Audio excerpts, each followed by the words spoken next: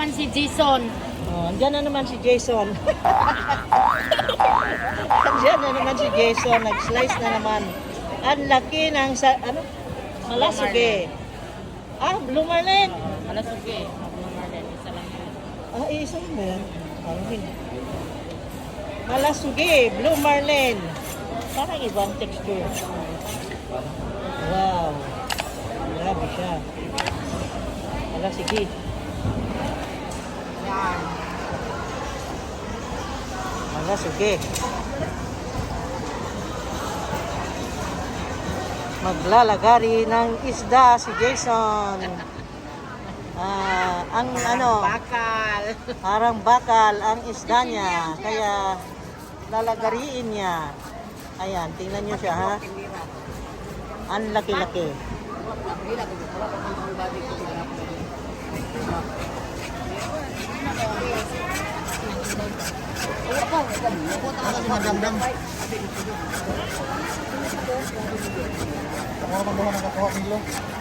Ayan, masarap yan pang tilaw. Dito na kayo. At merong malasuging napakalaki. Gigante. Nilalagari ni Jason. Pinagpawisan na ako sa kabibidyo kay Jason. Bida ng palengke. Sana gimong kambal doy. Ito ang trabaho, ma'am. Lahi yung trabaho di ay.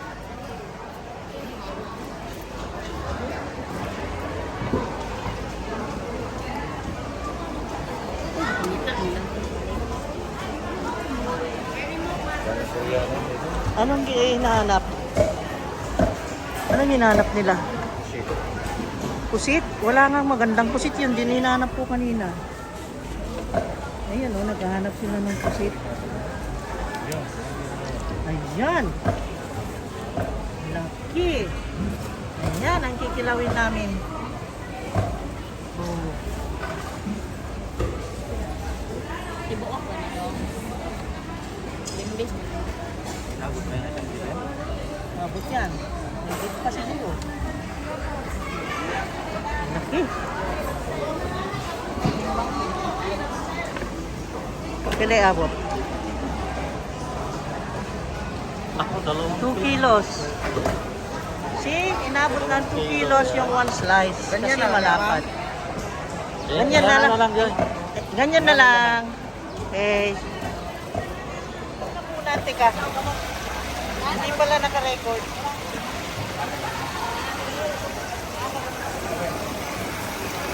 Oh my God guys, nag-uusap kami tungkol sa mga bilihin.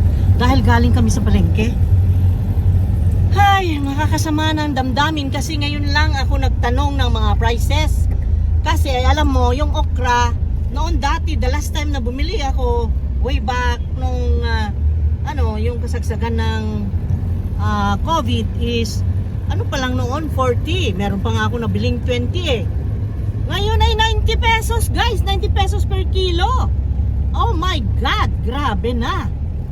Buti na lang yung lettuce nila dyan is 190. Doon sa supermarket is 350.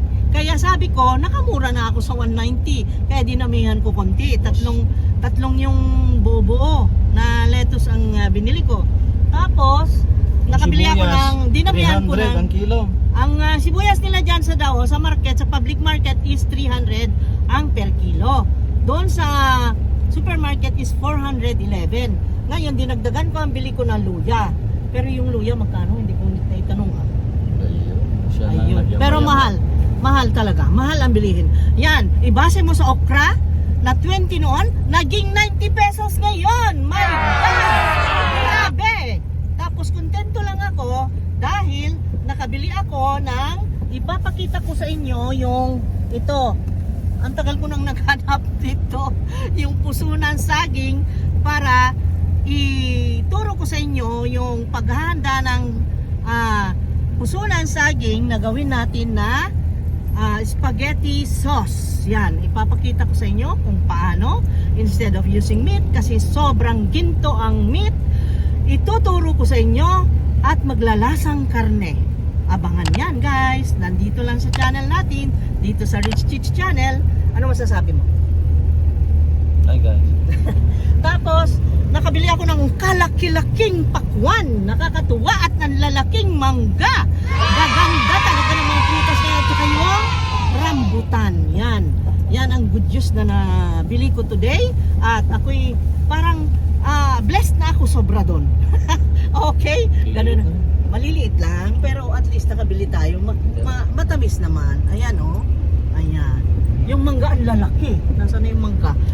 Ang lalaki. At saka ang laki ng pakwan na nabili ko. Ngayon lang ako nakakita ng ganun. Na malaki na hindi round, oblong. Nakakita ka na ng ganun. Ngayon lang ako nakakita. Kaya swerte today. Okay, let's go guys. At magluluto ako. Papakita ko sa inyo kung paano lutuin yung spaghetti na sinasabi ko na puso ng saging ang sauce. Okay? The title would be spaghetti with banana blossoms. Yan. Oh.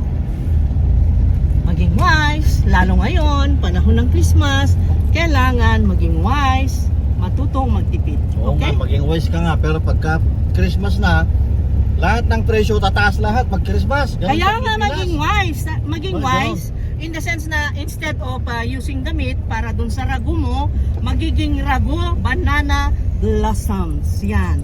Ay, wala na ilang Spaghetti ragu. Ang sarap. Spaghetti? Ang sarap. Lagyan mo tomato sauce. ano? Syempre, may tomato. Alangan na maging sauce yun kung walang tomato sauce. Papakita ko. Hindi pa niya natikman. Ewan ko, nakalimutan niya. Nagprito ako noon ng parang meatballs niyan. Trinay ko. Pinakain ko yung mga bata. Nandyan sa video. Hindi mo ba natikman yun? Tikman ko pero iba talaga pag may karne na gano'n na. Ay, hindi. Pero maganda. Masarap pa rin. At saka healthy yan. Maganda yan. Ipapakita ko sa inyo mamaya. Itanong ko sa mga bata. Huwag niyong pakinggan yan. Laging negative yan.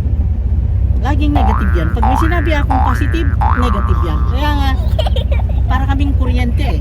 Negative, positive. Ganun. Kaya sumisindi. Kasi negative, positive. Oh, di ba? Di ba ganda? Oh. Kumakain na naman siya ng Oh, rambutan. ikaw, alam mo ko na, hinggit ka, kainin mo na. Oh, kumakain na naman siya. Wala ko guys, para malaman nyo ang mga presyuhan ng mga bilihin dito sa amin. Okay. Ito, look at this. Ito yung pork ribs, 320 ang kilo. Pero ang daming laman. Ito para makita nyo. Ganito ang laman niya. Ganyan ang laman. Oh. Maganda naman siya. Para siyang pork chop. Ayan ito pala yung yung leg pala to. Pero okay lang. Pork ribs ang sinabi ko. Yung leg pala binigay. And then itong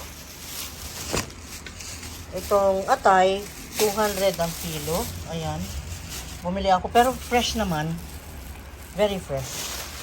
Tapos ito guys, ito yung crabs. Yung blue crabs. Ito yung blue crabs. Ito yung crabs. Ayan. Nakita nyo? This is 320 ang kilo. Ayan. Pero hindi masyadong malalaki. Pero mukhang mataba. Kasi may buwan ngayon eh. Alam mo na, pagka may buwan, matataba yung mga crabs na yun. 320 ang kilo. Isang kilo lang binili ko. And then, this one, napakalaking hiwa ng paki-open mo. Malasugi na napakalaki. Blue marlin daw to, pero ang blue marlin na nakilala ko hindi ganito eh. Yung blue marlin hindi ganito ang texture, pero masarap ito gawing sushi or kinilaw. At merong pusa. Ay! Nakaamoy ng isda. Andyan si Anima. Ang laki kasi nito. Alam nyo kung ilan ang timbang. Nakita naman dun sa kanina, di ba? Ay binidyo ko. 2 kilos yan. Isang hiwa lang na ganyan. 2 kilos na yan. Biro mo, ang kilo nito is 480 ang kilo. So, 480 times 2. Biro mo yan. Tapos tangigi. Ay, Tangigi. Tagpila na. 450 ang kilo. Isang kilo yan? 1 kilo may higit. 1 kilo may higit. 450 ang kilo. Ganyan ang presyohan ngayon dito sa amin. Tapos yung mangga nila na sinasabi kong lalaki, super lalaki talaga. Oh, ang lalaki ng mangga, di ba? Oh. Ayan. Nakita mo? 210 ang kilo. Sabi ko na pa-oblong. Oblong siya. Hindi siya round. Yung last time na binili namin na 580 pa nga binayaran ko doon. Ang laki-laki kasi. Yung round. Nabulok. Ito nga sabi ko, bakit may ganyan? Sabi niya, natural lang daw yan. Pero masarap daw. Alam mo na, ang sales stock ng tindera. Pero kinuha ko na lang. Kasi mukha namang okay. Kasi kung malaki, mas malaki, mas matamis. Yun ang napansin ko. Siguro dahil malaki, ibig sabihin na-reach niya yung kanyang pagka-mature na normal. Tapos itong mga gulay na ito lahat ha, ito. Ayan. 700. Yan lang naman ang binili. Ganun na. 700 plus na. Meron ding sili, merong lettuce. Yung lettuce nga sabi ko, mura dun sa kanila kasi dun sa supermarket ay 350. Yung iba naman, kasi iba-ibang nag-consignment doon. Merong nagtitindang 350, meron namang 380, ganun. Iba-iba. At least doon sa Dao, 190. Okay? So, yan ang bili natin today. Ayan, i-update ko kayo dahil magpapasko. Tapos, syempre, yung itlog, bumili ako ng yung dati nating gawi. Dalawang tray na ganyan. Ayan, 2 tray. 240 ang rambutan nila. Nakalimutan ko na kung magkano ang kilo nito kanina. I forgot. Hindi ko na itanong. Tapos ito naman yung ipapakita ko sa inyo kung paano ko gagawing spaghetti sauce. At ano ko to? Gawan ko ng video guys para sa inyo. Para makita nyo. Masarap. Promise.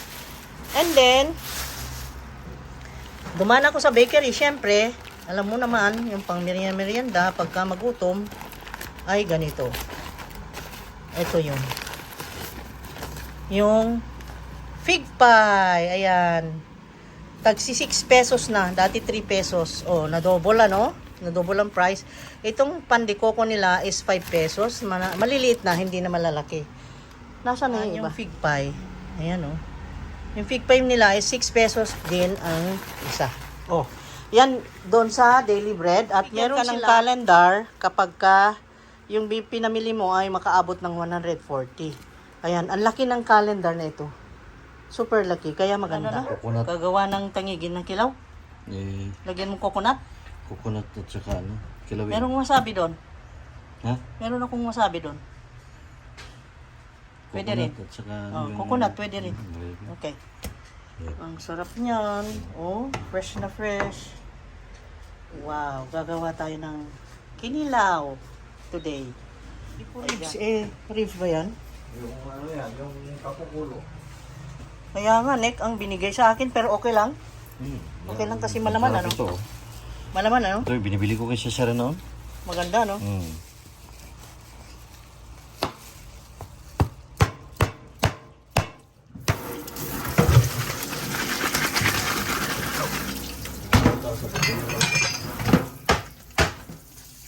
sa akin, yung malaki na sana ay sa amin. Yan, bibili yan sa masila. Pang slice lang.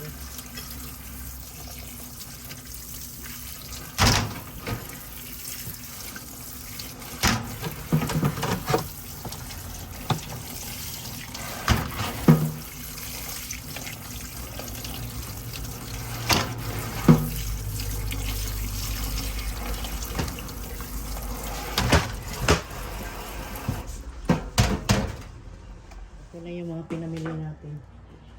Mimi, Michong. Michong. Michong. Ito na yung gulay. Ayan. Ang mamahal ngayon ng bilihin, guys. Ito ang bida ngayon nitong mga panahon na ito. Ito ngayon talaga ang napakasikat, yung sibuyas. Kung mamili ng sibuyas dyan kayo sa public market, kasi at least doon, mas mura. Kasi sa supermarket ito na lang compare natin, Itong binili ko ngayon ay sa public market dahil nung minsan ay sa supermarket. Sa supermarket is 411. Ayan. Ito naman ay 300. Yan guys. So, pero at least maganda naman. Oh. 1 kilo lang binili namin. Usually, pag mamili ako ng sibuyas, tig 2 kilo. Alam niyo naman, mahilig ako magluto-luto. Yung tutorial ko sa ito, dito sa channel. Tapos ito naman, kalamansi ay mahal na rin. Dati-dati yung 1 kilo 60 pesos. Ngayon, 130. Yan. Kita mo? Tapos ngayon ay magluluto tayo ng kalabasa. Ayan, very healthy na kalabasa ang iluluto natin. At bumili rin akong carrots. Papakita ko sa inyo yung nagkakahalaga ng 780 na binili ko. Ito yun. Ito sila. At alam nyo pa, na-impress din ako sa okra. My God, ang okra. Itong okra na ito ay isa rin na ang mahal-mahal na. Diyos ko, noon ayaw kong kumain ng okra. Mura pa noon. Ngayon na gusto ko na ng okra, naging 90 pesos lang ang kilo. Ito yun guys. I-separate natin yung sili. Ayan. Ito yung okra. You see this? 90 pesos ang per kilo. Kasi gusto ko to, sabi ko, bumili ako para pagka nag-ihaw kami ng barbecue, gusto kong inihaw kasi na okra, mabango. Mabango yung amoy niya pag naluto. Kaya, kumuha ako. Siguro kalahating kilo ito. Mga 3/4, let's say.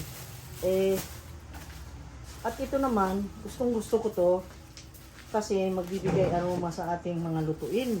Lalong-lalo na sa sinigang, pati sa gata. Naku, pati sa curry, ang sarap nito. Yan, kaya hindi nawawala yung sili niya sa atin. So, yun guys, ang mga binili natin sa palengke. Nakita nyo? Wow! Wow na wow ang presyo. Okay. Meron na namang ring ang telephone.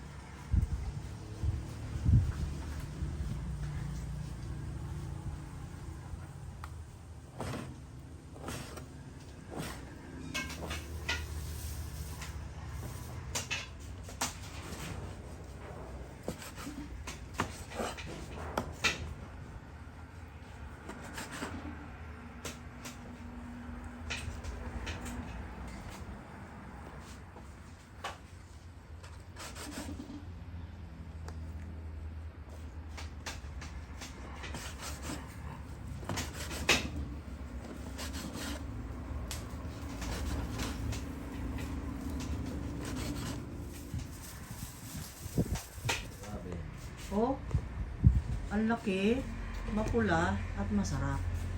Okay, ang pagbili natin ng pakwan kasi ayan mapula, malaki, at anong lasa, Marco? Ako magsasabi, wait lang. Ako ang magsasabi.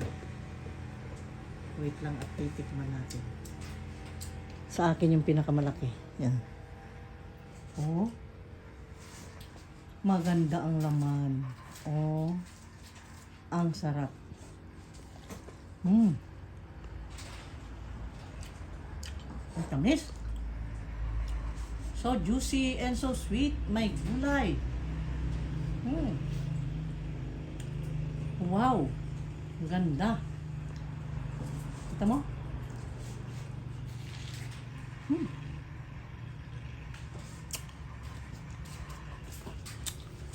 So crunchy.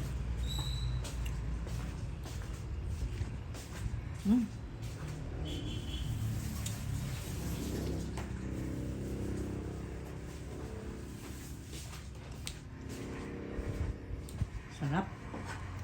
Yum. Ang dami naman yan.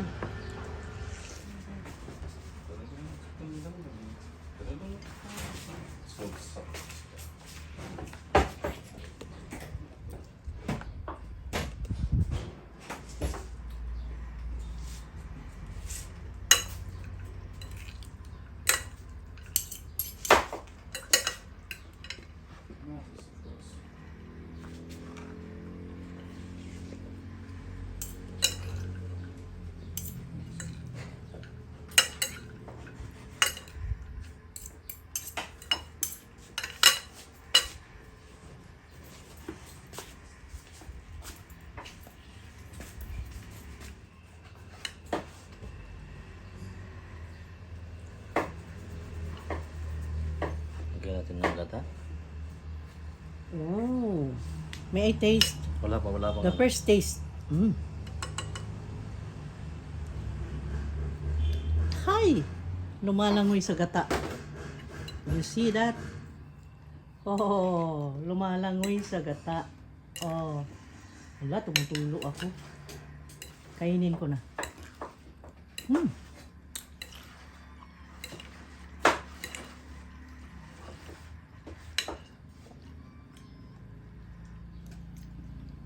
Bakit matamis? Ang gata. Ang tamis. Walang anghang.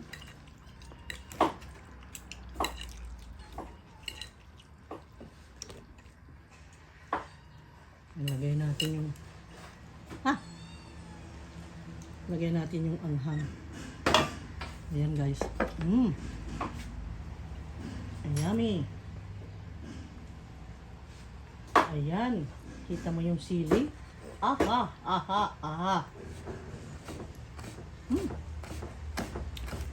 Ang tapang ko.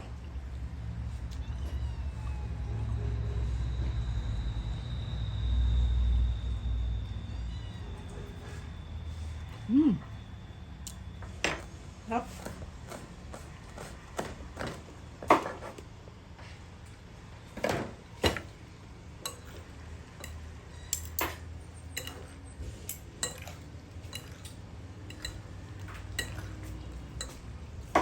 Oh, anghang. Kinain ko yung buong sili, papi. Pero ang sarap. I love it. Ito na lang kainin ko, di na ako kakain ng kanin. Anghang lang.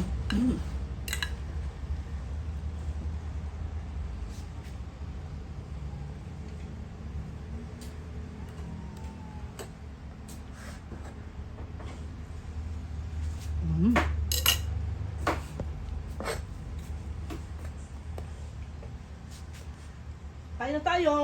Yay! Kalabasa.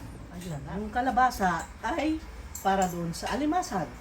I will instruct you guys how to cook with the kalabasa. Okay? With the kalabasa and coconut milk. Yon, napakasarap na alimasag ang kakainin natin today. Ayan. At ang tatapaan nito, yung puro babae ang pinili ko. Ayan. Bagong patay lang yan. Kanina buhay yan. Ngayon ay, syempre, nakalagay sa plastic ay namatay na. Ayun. So, let us cook! Happy cooking, guys! Nalata na konti dahil, alam nyo, naluto sa sili.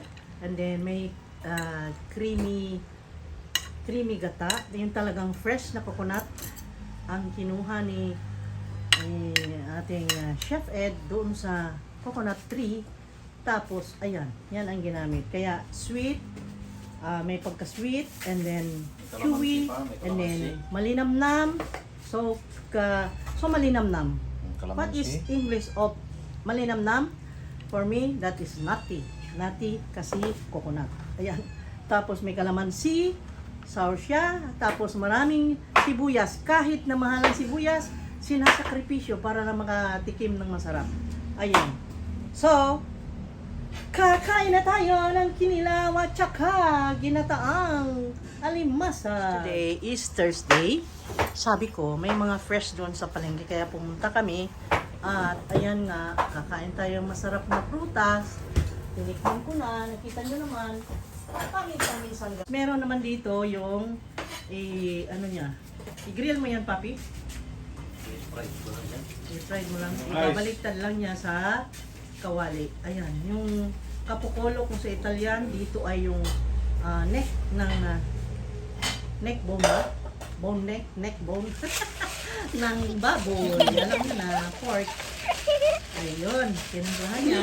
Kaya ngayon ay medyo may kasarapan itong pagkain natin. Minsan-minsan ay yan ang gabot namin sa pagod. Alam mo na, the whole week na trabaho Kailangan kumain ka ng bawiin masarap. natin sa masarap na mga protein. Full of protein na foods na nagbibigay satisfaction sa atin. Okay. Para tayo sumaya at ang ingay sa taas, pasensya kayo guys, may nagtatrabaho. Okay? Kanyang ano ito, padela. Luluto ka na? Jadi, ang pork dyan, pork.